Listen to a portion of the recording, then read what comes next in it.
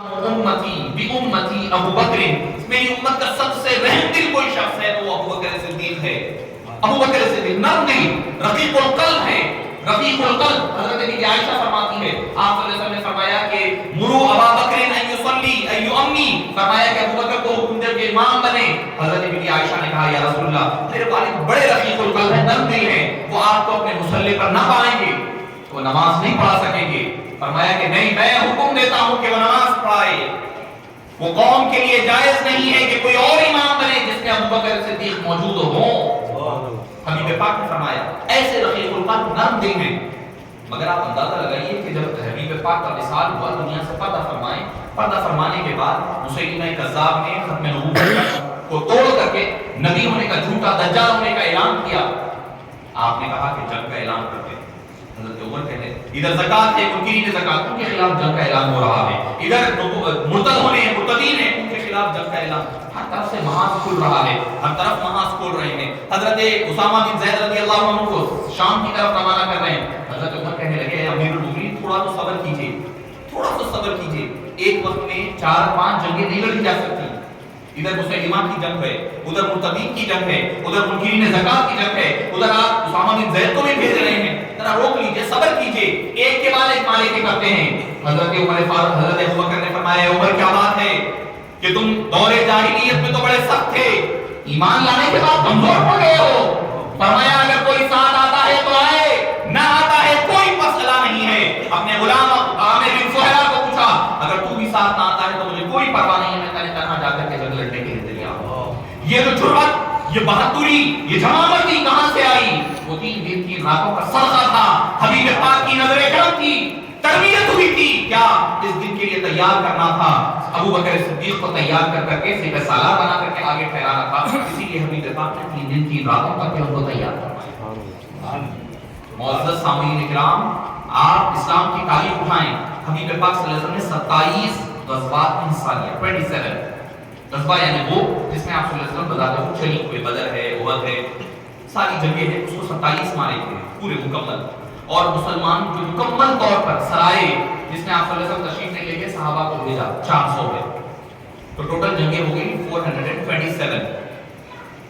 Total جو آپ صلی اللہ علیہ وسلم کے دور میں جو جنگیں ہوئی ہیں غزوات اور سرائے کی شکل میں، وارز ٹوٹل کتنی ہیں؟ 427۔ اور آپ کو جان کر حیرت ہوگی ان 427 جنگوں میں کتنے لوگ مارے گئے ہر دو طرف کے؟ مسلمانوں کی بات نہیں کہہ رہا، ہر دو طرف کے جو شہید ہوئے یا پھر کفار مارے گئے 750 سے کم ہے۔ بعض نے اس کو 745 کہا، بعض نے 747 کہا، بہرحال 750 سے بڑھ کے نہیں۔ کتنی جنگیں؟ 427 جنگیں، اس میں لوگ کتنے مرے؟ Total 750، 750، not more than 750۔ ٹھیک ہے، سمجھ میں آ گئی؟ جنگیں کس سے ہو رہی ہے؟ کفار سے ہو رہی ہے، جو اللہ کی ذات کا انکار کرنے والے ہیں، اللہ کو نہ ماننے والے ہیں۔ مشرکین مکہ ہے، کبھی طائف پہ آ رہے ہیں، مین ہو رہی ہے، کبھی غزوہ تبوک کی طرف ہو رہا ہے، کبھی جنگ موتا ہو رہی ہے۔ بہرحال ساری جنگیں ملا لیں تو 750 سے بڑھ کے نہیں ہے۔ مگر حبیب پاک صلی اللہ علیہ وسلم کے وصال، دنیا سے پردہ فرمانے کے بعد ختم نبوت کا جب مسئلہ آیا، مسیلمہ کذاب سے جو جنگ ہوئی، اس میں ایک تنہا جنگ 1200 صحابہ کی شہادت ہو گئی، 1200 صحابہ کی۔ یہ جرأت و جمامردی حضرت صدیق اکبر کو خود اپنے آپ جانے کے لیے تیار ہے، اپنی آل و اولاد کو قربان کرنے تیار ہے، اپنے صحابہ کو۔ کیوں؟ کیونکہ ختم نبوت کے عقیدے پر پہرا دینا ہے۔ سب سے پہلے اگر کسی نے اس عقیدے پر پہرا دیا ہے تو وہ صدیق اکبر کی ذات پاک سے۔ 1200 صحابہ، پتہ چلتا ہے ابو بکر صدیق میں یہ جو سارے صحابہ آپ اکثر سنتے ہیں، صحابی پاک صلی اللہ علیہ وسلم کے ساتھ سارے گمسم ہیں۔ عمر فاروق کہہ رہے ہیں کہ اگر کوئی کہے گا کہ آپ صلی اللہ علیہ وسلم پردہ فرمانے میں اس کا قتل کر دوں گا۔ حضرت علی گمسم ہیں، سارے صحابہ کا یہ معاملہ ہے۔ آپ آئے، باہر رہتے تھے مدینہ پاک شہر کے باہر سے تشریف لایا، سب سے پہلے حبیب پاک کے پیشانی مبارک کو بوسہ دیا، بوسہ دے کر کہنے لگے طب تحیّن و طب تمیّتا، آپ کی زندگی بھی مبارک ہے، دنیا سے پردہ فرمانا بھی مبارک ہے۔ اس کے بعد بوسہ دے کر کے باہر آئے، آ کر کے دیکھا صحابہ افراتفری کا عالم ہے۔ دیکھیے کہ کوئی مشکل آ جائے، آدمی بے سود ہو جانا کوئی کمال نہیں ہے، اصل صبر تو وہی ہے اس وقت اپنے جذبات کو قابو میں رکھنا، اپنے اعضاء پر مکمل اعصاب پر قابو رکھتے ہوئے خود بھی سنبھلنا، دوسرے کو بھی سنبھالنا، یہ اصل کمال ہوتا ہے۔ معزز سامعین کرام، صدیق اکبر گئے، ہر ایک کے گھر پر کہا عمر مسجد نبوی آؤ، علی مسجد نبوی آؤ، سب کو مسجد نبوی میں جمع فرمایا، منبر پر چڑھ گئے، چڑھ کر کہنے لگے کہ کیا بات ہے، میں تمہیں ایسے کیوں دیکھ رہا ہوں؟ محمد رسول اللہ وما محمد الا رسول قد خلت من قبله الرسل افإن مات أو قتل انقلبتم على أعقابكم ومن ينقلب على عقبيه فلن يضر الله شيئا۔ اے لوگوں، آپ صلی اللہ علیہ وسلم سے پہلے بھی کئی انبیاء آئے، تشریف لے گئے، کیا حبیب پاک وہ تشریف لے جائیں تو کیا تم دین چھوڑ کر کے چلے جاؤ گے؟ اللہ کا کچھ ہونے والا نہیں ہے، کچھ بگڑنے والا نہیں ہے، نقصان تو صرف تمہارا ہوگا۔ صحابہ حضرت عمر فرماتے خدا کی عزت کی قسم یہ آیت تو پہلے نازل ہو چکی تھی، مگر جب ابو بکر صدیق کی زبان مبارک سے سن رہے تھے ایسا لگ رہا تھا کہ ابھی آیت ابو بکر صدیق پر نازل ہو رہی ہے، ابو بکر ہمیں سنا رہے ہیں۔ وہ کہنے لگے کہ معنی اور مفاہیم ہمیں جب سمجھ میں آئے، ہمیں ہوش آیا تو صدیق اکبر نے سارے صحابہ کو سنبھالا، اس کا نام صدیق اکبر ہے۔ مشکل گھڑی میں سب سے آگے ٹھہرنے والے کا نام صدیق اکبر ہے۔ ہر مقام پر صدیق اکبر اپنی شان و عظمت کا اظہار کرتے ہوئے نظر آتے ہیں۔ کوئی لمحہ ایسا نہ رہا، کوئی لمحہ ایسا نہ رہا جس میں صدیق اکبر پیچھے نظر آتے ہیں۔ آپ صلی اللہ علیہ وسلم کے اعلان نبوت سے پہلے بھی آپ دوست رہے، نہ آپ نے کبھی شراب پر ہاتھ لگایا، نہ آپ نے کبھی زنا کیا، نہ آپ نے کبھی شرک کیا، نہ کبھی کوئی لوگوں کے ساتھ ظلم و زیادتی کی، یہاں تک کہ ایک مرتبہ آپ مکہ مکرمہ چھوڑ کر جانے لگے، ارادہ کر لیے کہ ہجرت کر میں چلے جاؤں گا۔ جب وہ نکلنے لگے تو ایک کافر جو نابغہ ہے وہ جا کر کے پکڑ لیا، کہنے لگا آپ کہاں جا رہے ہیں؟ میں مکہ چھوڑ کر جا رہا ہوں۔ کہنے لگا کہ آپ نہ جائیں، کافر ہے وہ، پلے درجے کا کافر ہے۔ کہنے لگے نہ جائیں، کیوں؟ آپ کی طرح ہمارے اندر کوئی اور شخص نہیں ہے، بیواؤں کی ضرورتوں کو پورا کرنے والا، یتیموں کے سروں پر ہاتھ رکھنے والا، مشکل ضرورت مندوں کی ضرورتوں کو پورا کرنے والا، ہر مشکل میں ٹھہرنے والے کی ذات کا نام صدیق اکبر ہے۔ آپ چلے جائیں گے تو اللہ کا عذاب ہم پر نازل ہو جائے گا۔ ایک کافر بھی ہے تو جب مانتا ہے کہ صدیق اکبر کا وجود اللہ کی رحمتوں کا ذریعہ بنتا ہے، آپ کا چلے جانا اللہ کے عذاب کو دعوت دینا ہے، تو مجھے کہنے دیجئے صدیق اکبر کا ذکر اللہ کی رحمتوں کے وجود اور اللہ کی رحمتوں کے نزول کا ذریعہ ہے۔ آپ کے ذکر سے دوری ہمیں اللہ کے عذاب سے خرید کر دیا کرتی ہے۔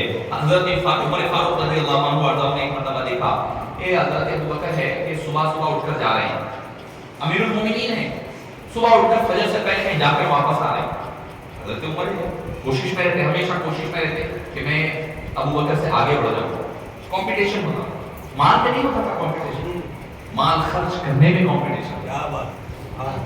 حسد یہ جائز ہے، یہ حسد فرمایا کہ حسد جائز نہیں ہے، مگر 3 لوگوں کے لیے حسد ہے۔